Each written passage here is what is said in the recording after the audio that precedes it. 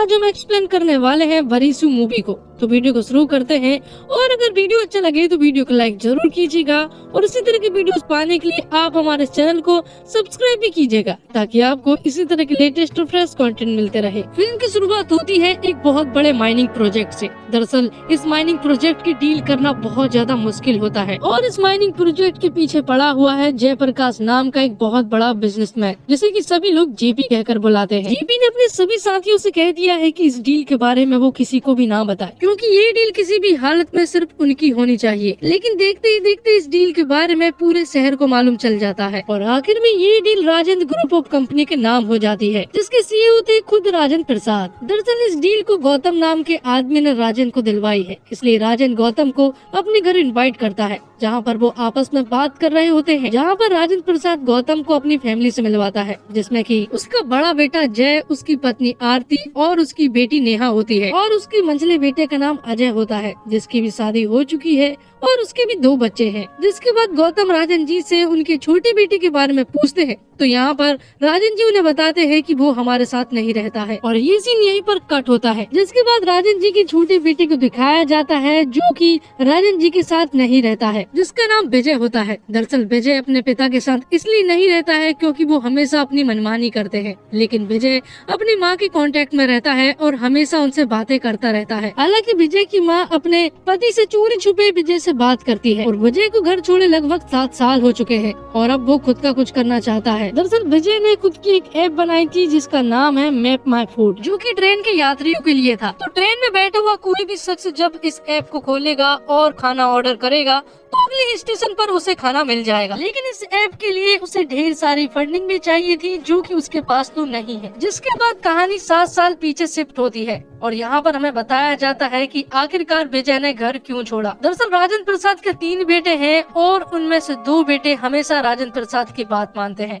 लेकिन तीसरा बेटा विजय राजेंद्र प्रसाद की कोई भी बात नहीं मानता है। दरअसल वो खुद का कुछ करना चाहता है, लेकिन राजेंद्र प्रसाद चाहते हैं कि अपने 2 बेटों की तरह विजय भी उनके साथ बिजनेस में हाथ बटाए, लेकिन इसके लिए विजय साफ मना कर देता है। तो राजेंद्र प्रसाद उसे घर से बाहर निकाल देते हैं। अब कुछ दिन बाद राजेंद्र प्रसाद का जन्मदिन आता है। वो 60 साल के होने वाले थे, इसलिए उनकी पत्नी सुधा उनका जन्मदिन मनाने से पहले एक पूजा रखवाने के लिए कहती है, लेकिन इसके लिए राजेंद्र प्रसाद साफ मना कर देते हैं, क्योंकि उन्हें मालूम है कि इस पूजा के लिए वो विजय को भी बुलाएगी, इसलिए पूजा के लिए वो साफ मना कर देते हैं। जिसके बाद ऑफिस में मीटिंग का सीन दिखाया जाता है। दरअसल एक और टेंडर निकला है, और राजेंद्र प्रसाद चाहते हैं कि ये टेंडर भी उन्हीं के नाम हो, लेकिन जेपी भी इस टेंडर के पीछे पड़ा हुआ था, इसलिए राजेंद्र प्रसाद अपने दोनों बेटों से कह देते हैं कि उन्हें ये टेंडर किसी भी हालत में चाहिए। जिसके बाद उनका एक दोस्त उनके पास आता है, और यहाँ पर राजेंद्र प्रसाद को वो बताता है कि वो बहुत ज्यादा बीमार है।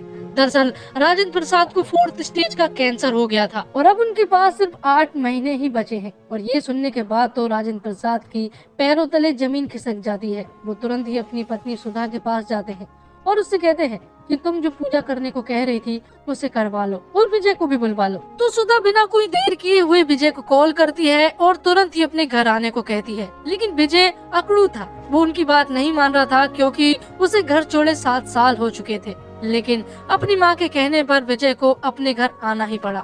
घर आने पर वो देखता है कि घर का बहुत ज्यादा बुरा हाल था। बाहर से भले ये फैमिली एक खुशहाल फैमिली और जॉइंट फैमिली लगती हो, लेकिन घर के अंदर का माहौल बहुत ज्यादा अलग है। और धीरे धीरे करके इस घर की पोल खुलना भी शुरू हो जाती है, जिसमें कि एक पार्टी में बड़े बेटे जय के बारे में पता चलता है कि उसका किसी पराई औरत के साथ अफेयर है, और मंझले बेटे के बारे में मालूम चलता है कि उसने किसी इंसान से 400 करोड़ रुपए का कर्जा लिया था, और अब ब्याज के सहित वो 550 करोड़ का हो चुका है। और दूर से ये सब कुछ जेपी देख रहा था, और उनकी ये सारी प्रॉब्लम को वो पूरी तरह से समझ भी चुका था। जिसके बाद एंट्री होती है फिल्म की हीरोइन रश्मिका की, जिनका फिल्म में भी नाम रश्मिका ही है। दरअसल रश्मिका जय की पत्नी आरती की बहन है, और यहाँ पर उसे भी मालूम चल चुका है कि जय का किसी पराई औरत के साथ अफेयर है, इसलिए आरती से वो मिलने के लिए आती है। वो यहाँ पर कुछ दिन गुजारती है, जिसके बाद उसकी मुलाकात होती है विजय से, और यहाँ पर वो विजय को बताती है कि जब उसकी दीदी और जीजाजी की शादी हो रही थी उसी दिन से वो विजय को पसंद करती है और यहाँ पर वो उसे अपने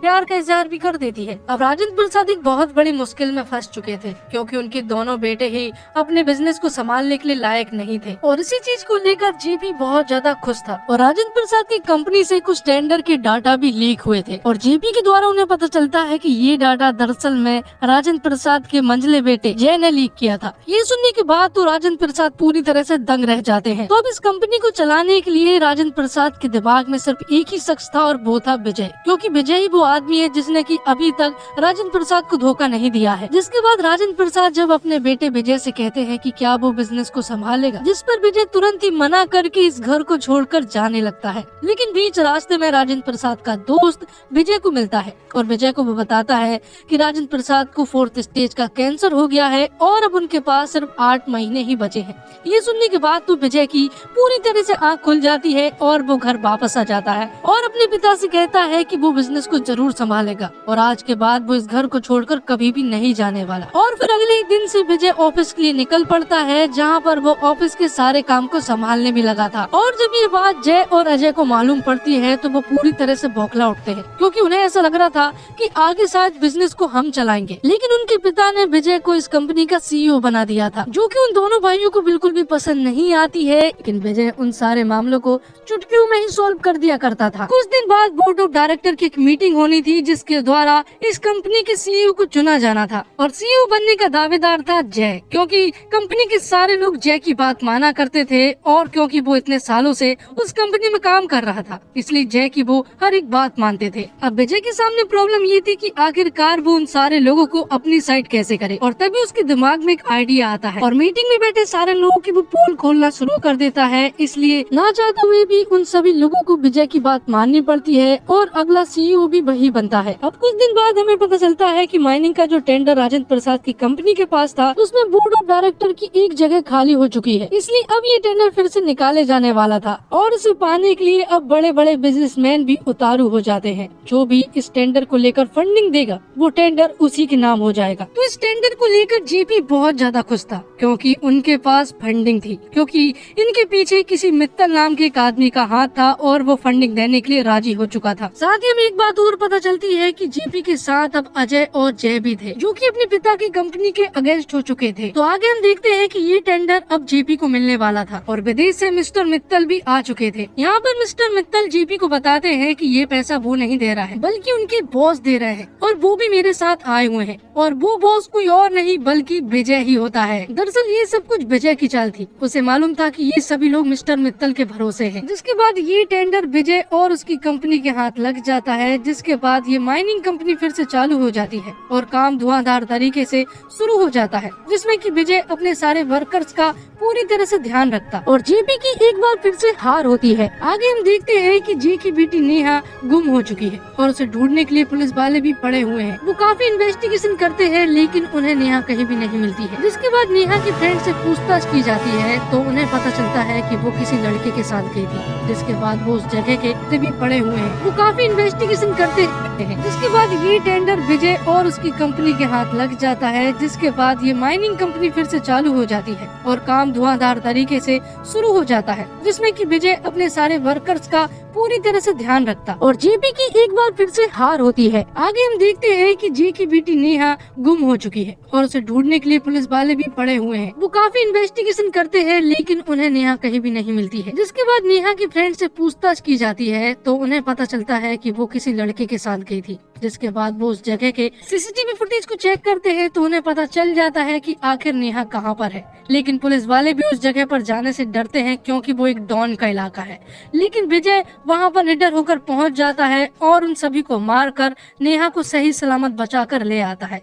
नेहा को सही सलामत बचाकर लाने के बाद अब जय की पूरी तरह से आँख खुल गई थी। यहाँ पर विजय उनसे कहता है कि 14 साल की लड़की तुम्हारी गायब हो गई थी इसलिए तुम इतने चिंता में हो गए थे, लेकिन तुम्हारे पिता को आज तुम्हारी जरूरत है और आज तुम गायब हो रहे हो तो उन्हें कैसा लग रहा होगा। अब आगे में पता चलता है कि राजेंद्र प्रसाद को खून की उल्टी हुई है और वो हॉस्पिटल में एडमिट हो चुके हैं और उनकी आखिरी इच्छा यही है कि मेरे परिवार के सारे लोग सभी साथ में रहे और मिलजुल कर खुश रहे। ये सुनने के बाद विजय तुरंत ही अजय के पास पहुँचता है और उसे बताता है कि उसके पिता को 4th स्टेज का कैंसर है और अब उनके पास कुछ दिन ही बचे हैं। लेकिन इन सारी बातों का अजय पर कोई भी प्रभाव नहीं पड़ रहा था, इसलिए विजय उसे अपनी कंपनी से निकाल देता है। अब जेपी को मालूम है कि अजय के पास कंपनी के कुछ शेयर पड़े हुए हैं, इसलिए जेपी उससे उन शेयर को खरीदने की बात करता है। लेकिन अजय उन शेयर को बेचने से साफ मना कर देता है, तो जेपी के गुंडे उसे मारने लगते हैं और जबरदस्ती साइन लेने लगते हैं। लेकिन तभी यहाँ पर एंट्री होती है विजय की, और विजय यहाँ पर उन सारे लोगों को बहुत ही बेरहमी से मारना शुरू कर देता है, क्योंकि अब ये मैटर